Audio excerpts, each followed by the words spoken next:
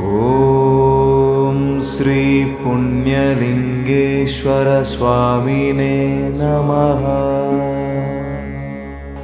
మేము ఇక్కడ పుణ్యలింగేశ్వర స్వామిని చూడటానికని చూసాము, అభిషేకం చేశాము.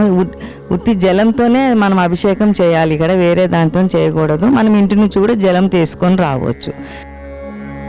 ఓం శ్రీ పుణ్యలింగేశ్వర స్వామినే నమః. ఇక్కడ 12 లింగాలు కడుతున్నారు.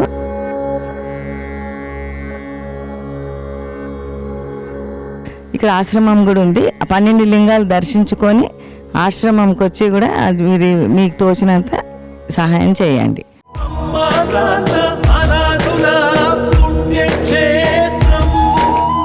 దాతలకు సేవామూర్తులకు విన్నపం.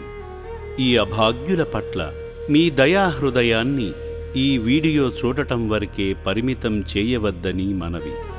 ఈ అనాథుల అన్నదానం కోసం విరాళాల రూపంలో అయినా, బియ్యము, పప్పు, కిరాణా రూపంలో అయినా సాయం చేస్తే పుణ్యం పొందినవారవుతారు.